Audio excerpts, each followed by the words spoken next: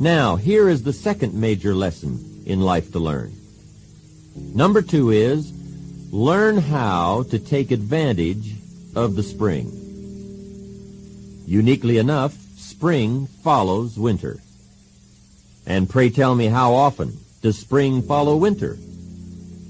The answer, every year with regularity. For the last 6,500 years. In fact, you can count on it. It's true that sometimes reluctantly, but always, winter yields to spring. And what a great place for spring. If you were going to put it somewhere, that would be the place to put it, right after winter. Spring is called opportunity. It's the day that follows the night. It's progression that follows recession. Opportunity always follows difficulty.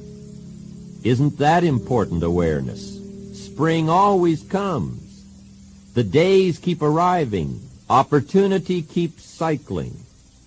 However, 2 very important words in the second major lesson are, take advantage. You might underline those 2 words in your notes and in your mind.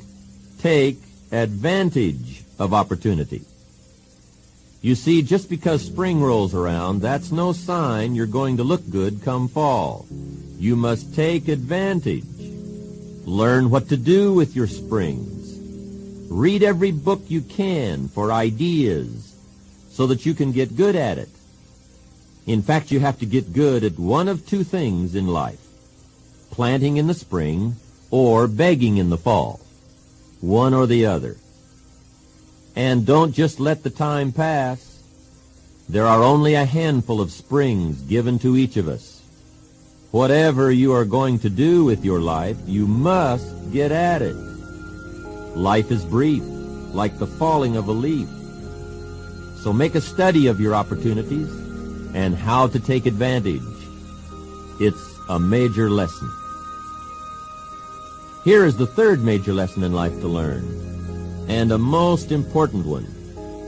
Learn how to protect your crops all summer. Sure enough, as soon as you've planted your garden in the spring, the busy bugs and the noxious weeds are out to take it. And here is another important fact. They will take it, unless you defend it. And here are 2 key phrases to consider. First, all good will be attacked. Every garden will be invaded. Not to think so is to be naive. And here is the second key phrase. All values must be defended. All social values, marriage values, friendship values, economic values, every garden must be tended all summer. If you want to wind up with any value come fall, you must be vigilant all summer and care for all your values. They must be defended with vigor. This is a major lesson. The attack from within and from without must be recognized and handled. Here is the 4th major lesson in life to learn. And that lesson is, learn how to reap in the fall without complaint. It's called, accept full responsibility for what happens to you. One of the highest forms of human maturity is accepting full responsibility. The great day of human liberation, accepting full responsibility. Also learn how to reap in the fall without apology. Without apology if you do well, and without complaint if you don't. The reason? It's your crop. I used to have that long list of reasons why I wasn't doing well, to explain my miserable lack of progress. You've got to explain it some way, right?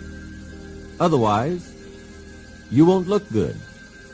I had this list called Reasons for Not Looking Good.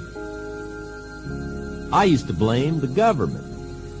You can believe that or not. It was at the top of my list of reasons for not doing well. The government. I used to blame taxes. I used to say, look what you've got left after they take everything out.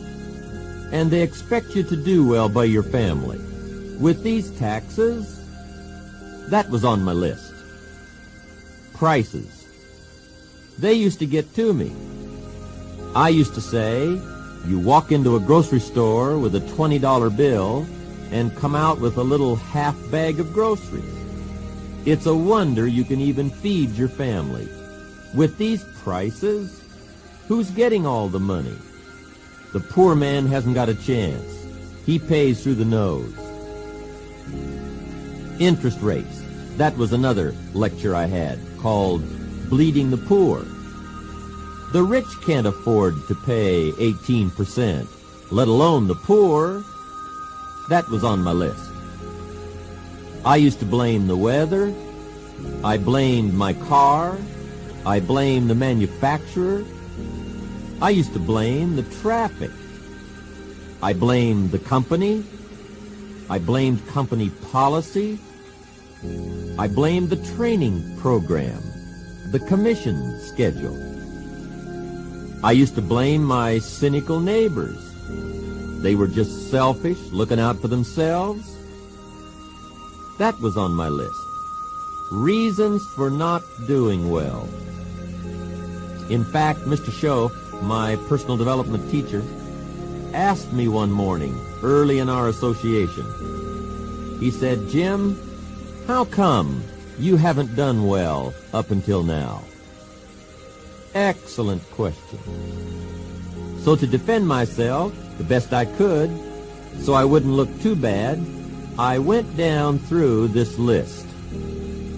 And after I got finished, Mr. Schoaf patiently looked my list over very carefully, and then he said, Mr. Rohn, big problem with your list. You ain't on it. Schoaf was very kind, but he was also very blunt.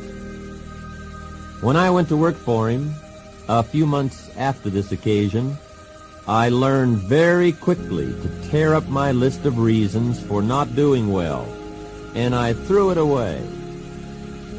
And I got me a fresh piece of paper, and I put one word on it, me. There's an old black heritage spiritual that says, it's not my mother nor my father, nor my brother nor my sister, but it's me, O Lord, standing in the need of prayer. So, those are the 4 major lessons to learn. How to handle the winters, take advantage of the spring, protect your values all summer, and accept full responsibility in the fall. Make your life and life a constant study. And if you change, get stronger, wiser, and better, your life and business and lifestyle will surely change.